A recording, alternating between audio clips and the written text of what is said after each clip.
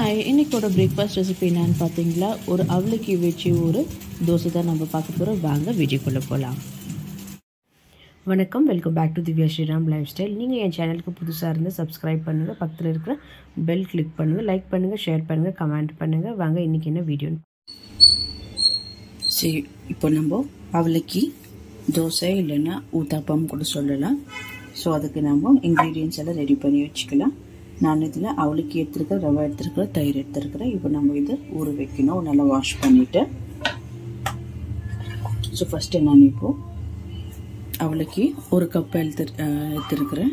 இது நல்லா நம்ம வாஷ் பண்ணி எடுத்துக்கலாம். அதே போல் ஒரு கப் அளவுக்கு மெலிசான பாம்பே ரவை எடுத்துருக்கிறேன். அது ஒரு பாத்திரத்தில் ஆட் பண்ணிக்கலாம். இப்போ நான் இந்த அவலுக்கு ஒரு 2-3 டைம் வாஷ் பண்ணி எடுத்துக்கிறேன் நான். ஸோ பாருங்கள், அவளை நல்லா ஒரு 3-4 டைம் நல்லா வாஷ் பண்ணி எடுத்துருக்கிறேன். இதில் ஒரு கப் அளவுக்கு தயிர் ஆட் பண்ணிக்கினேன். நல்லா இது ஒரு 15 நிமிஷம் நல்லா ஊறணும். அதை இப்போ நல்லா மிக்ஸ் பண்ணி வச்சிடலாம். இதில் தண்ணி ஆட் பண்ணக்கூடாது நம்ம.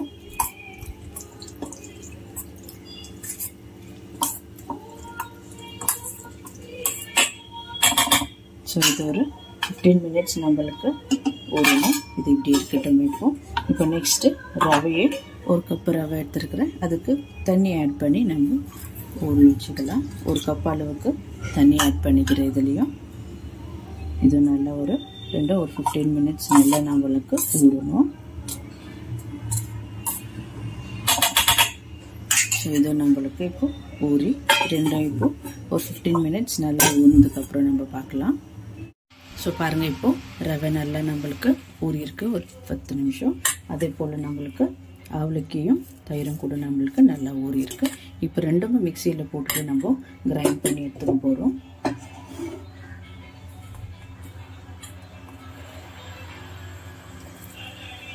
ஸோ அவலுக்கு எல்லாம் ஊற வச்சிருந்து போட்டுக்கணும். இப்போ நெக்ஸ்ட்டு ஊற வச்சிருக்கிற ரவையை கூட ஆட் பண்ணிக்கலாம். ஸோ இப்போ இது கூட நம்ம தேவையான அளவுக்கு கொஞ்சமாக உப்பு ஆட் பண்ணிக்க போகிறோம். எவ்வளோ தேவையோ அந்த அளவுக்கு நீங்கள் உப்பு ஆட் பண்ணிக்கோங்க. அண்ட் ஒரு டீஸ்பூன் அளவுக்கு இதில் நான் சர்க்கரை ஆட் பண்ண போகிறேன். இது கூடவே தேவையான அளவுக்கு தண்ணி கொஞ்சமாக ஆட் பண்ணி நம்ம நல்லா பேஸ்ட் பண்ணி எடுத்துக்கலாம். இதை பாருங்கள், இப்போது நல்லா மாவை நம்ம இப்போ கிரைண்ட் பண்ணியாச்சு. நார்மல் தோசை மாவு மாதிரி இருக்கு. ஸோ இப்போ மாவெல்லாம் ஊற்றிக்கணும். கொஞ்சமாக தண்ணி ஆட் பண்ணிக்கோங்க, ரொம்ப திக்காக இருந்தால். இது நல்லா நீங்கள் மிக்ஸ் பண்ணிக்கலாம். இப்போ இதுக்கு தேவையான அளவுக்கு நான் சோடா ஆட் பண்ணிக்கிறேன். கொஞ்சமாக சோடா ஆட் பண்ணிக்கிறேன், நல்லா மிக்ஸ் பண்ணணும்.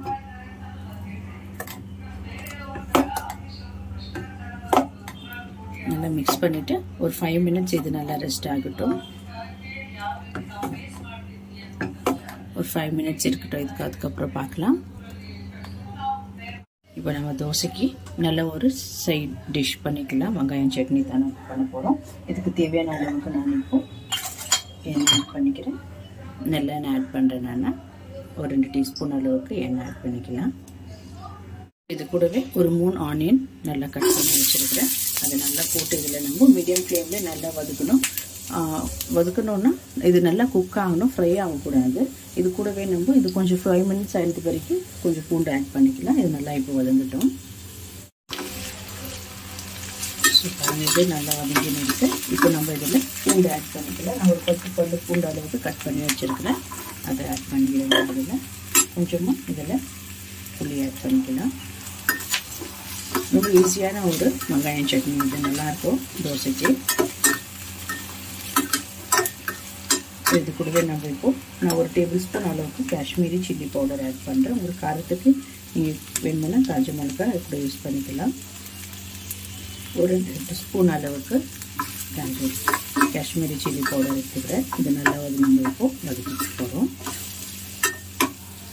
ஸோ இதிலே கொஞ்சம் ஒரு டீஸ்பூன் அளவுக்கு வெல்லம் ஆட் பண்ணிக்கிறேன். இது உங்களோட சாய்ஸ் தான், ஆப்ஷன் தான். ஸோ இப்போ தேவையான அளவுக்கு நம்ம இதில் தண்ணி ஆட் பண்ணிக்கலாம். ஒரு 5 மினிட்ஸ் இது நல்லா இது குக் ஆகட்டும் ஆனியன்ஸு. நம்ம கிரைண்ட் பண்ணுறப்போ உப்பு ஆட் பண்ணிக்க கூடாது. 5 minutes இது இருக்கட்டும். ஸோ இது இப்போ நல்லா ஆயிடுச்சு. நல்லா இது ஆற வச்சுட்டு நம்ம மிக்ஸியில் நல்லா ஒரு பேஸ்ட் பண்ணி எடுத்துக்கலாம். சட்னிக்கு நல்லா சட்னி கூல் ஆயிடுச்சு. இதில் தேவையான அளவுக்கு நம்ம உப்பு ஆட் பண்ணி இப்போ நல்லா இப்போ பேஸ்ட் பண்ணி கிரைண்ட் பண்ணி எடுத்துக்கலாம்.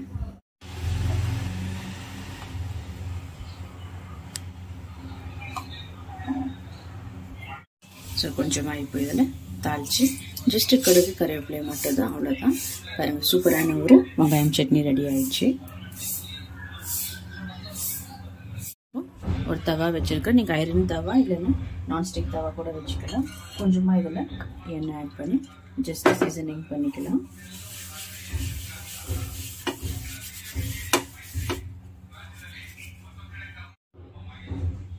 ஸோ தவா நல்லா ஹீட் ஆகிடுச்சு. இப்போது நம்ம இப்போ ஜஸ்ட் ஒரு மிக்ஸ் பண்ணிக்கணுமா, நம்ம தோசை ஆட் பண்ணிக்கலாம்.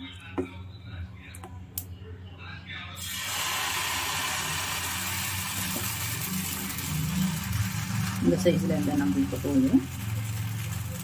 ஸோ இப்போ கொஞ்சமாக சீசனிங்க்கு எண்ணெய் ஆட் பண்ணிக்கலாம்.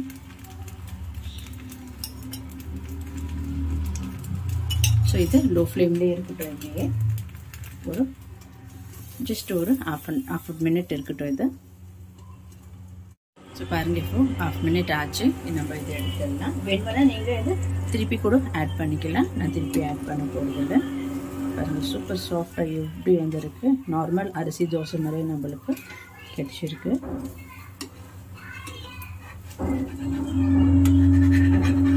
ஸோ இதை பிளேட்டில் ஆட் பண்ணிக்கிறேன் இப்போ. ஸோ எடுத்துடலாம் நம்ம இது இப்போ. சூப்பரான ஒரு இவ்வளோ ஸ்பாஞ்சாக இருக்குது, இவ்வளோ நல்லா வந்திருக்கு. இதே மாதிரி இன்னொன்று ஊற்றிக்கலாம். ஸோ அவ்வளோதான். பாருங்கள், சூப்பரான நம்மளுக்கு தோசை எவ்வளோ சாஃப்டாக இருக்குது. அதுக்கு ஒரு ஆனியன் சட்னி ரெடி ஆயிடுச்சு. உங்களுக்கு இந்த வீடியோ பிடிச்சிருந்தா லைக் பண்ணுங்கள், ஷேர் பண்ணுங்கள், கமெண்ட் பண்ணுங்கள், அண்ட் மறக்காமல் என் சேனலுக்கு சப்ஸ்கிரைப் பண்ணுங்கள். தேங்க்யூ ஃபார் வாட்சிங் திஸ் வீடியோ.